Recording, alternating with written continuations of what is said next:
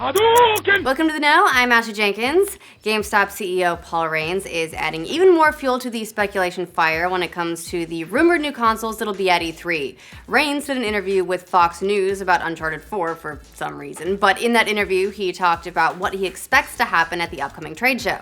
Raines said he would love to see virtual reality and new consoles come in. We're going to hear about that at E3. This echoes comments GameStop made in an earnings call last week when COO Tony Bartel said the company is expecting console announcements, possibly indicating that Sony and Microsoft would both be making these announcements, after which they probably asked investors to pre-order a bunch of bullshit, because that's what you do when you're GameStop.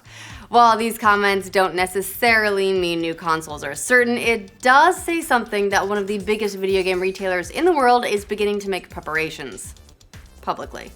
Just about everyone in the industry is also making preparations for virtual reality, but Rockstar parent company Take-Two feels a little bit differently about the new technology. Speaking at the Cohen & Company Technology, Media and Telecom Conference, that's a mouthful, well named. Take-Two CEO Strauss Zelnick said that everybody is basically overreacting to VR, calling it way too expensive. Although that's really not doing his quote justice, because what he actually said was, there is no market for a $2,000 entertainment device that requires you to dedicate a room to the activity. I don't know what people could be thinking. He went on to add that people in the real world / America don't have that kind of money to spend, so that probably means no GTA VR anytime soon. Zelnick is kind of going against the grain on VR here, it's all the hype right now, but so far virtual reality really hasn't had the kind of stratospheric takeoff that everyone's been expecting. I mean, sure, it's hard to get your hands on, but that's, when they're not sending out any units, that's not too hard. Gamers seem to have a huge expectation for DICE and EA's upcoming Battlefield 1, and now we've got a save the date for when we'll see the game in action. This week, EA announced the Battlefield Squads event, which will be getting an official live stream at EA Play on June 12th, complete with 64-player team-on-team action. The teams will be made up of Battlefield community members, of Battlefield friends, along with some notable YouTubers and Twitch streamers. Hopefully this event will help them get the word out about that whole World War I thing. Apparently, EA CFO Blake Jorgensen said this week that EA almost didn't want to make a Battlefield 1 because they were worried the franchise's younger audience would have no idea what World War I even was. Wow. Judging by the reaction to the trailer though, people are just fine with it. Here's a tip, kids. We liked the first one so much, we had a second one. It's a good time, war. War never changes.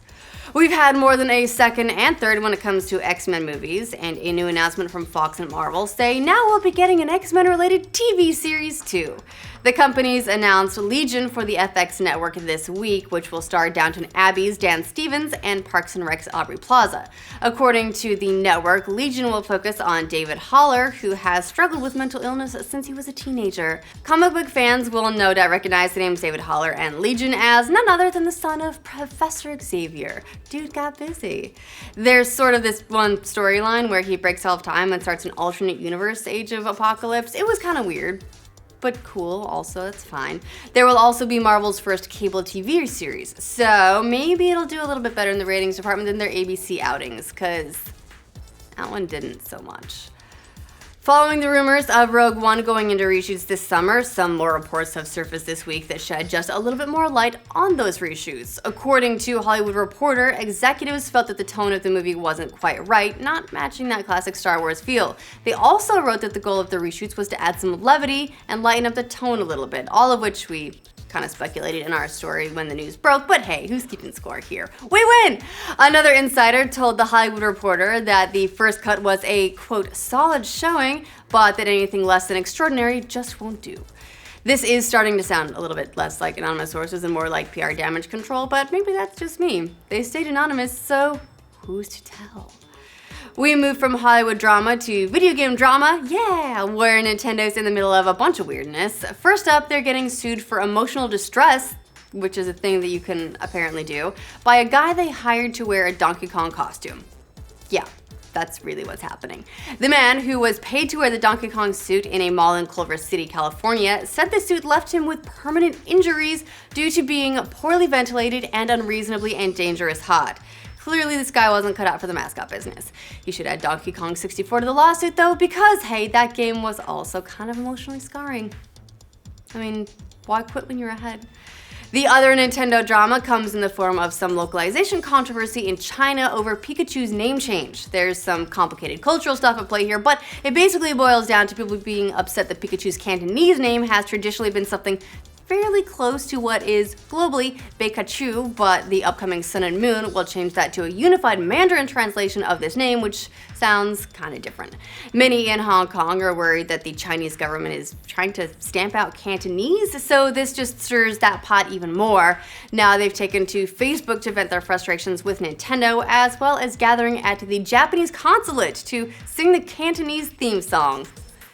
That's a weird kind of protest, but cool. I wonder if they just stand out there and they just sing the Pokemon theme song all in Cantonese. It's got all the translations, like all the pronunciations, right? So they can teach them how it's done, yeah? Okay, maybe not. AI may not be writing anything as awesome as the Pokemon theme song anytime soon, but that hasn't stopped Google's Project Magenta from creating its own song. Project Magenta started with the goal of using machine learning to teach AIs how to make art, and now wants produced a little ditty for the world to hear. The tune is 90 seconds long and mostly sounds like a kid on a Casio keyboard. It's even got little drum machine beats, so it's kind of cute. Still, it's pretty impressive and maybe a little bit scary that computers can art now. The researchers say the ultimate and much harder thing to achieve in all of this will be when machines can start to use art to tell stories. So we're not quite that far yet, but who knows, soon they'll be making their own Let's Plays, then we'll have to add them to Achievement Hunter. It'll get really weird really quick. And that brings us to the end of our weekly roundup. Let us know what you think about new consoles at E3, Nintendo getting sued, XMen TV shows, plus, have you heard of World War I? Because that was a thing. Let us know in the comments for more news from all over the internet. Remember to like this video and subscribe to The Know. This echoes comments from GameStop last week in an earnings call when oh my god, what are they doing?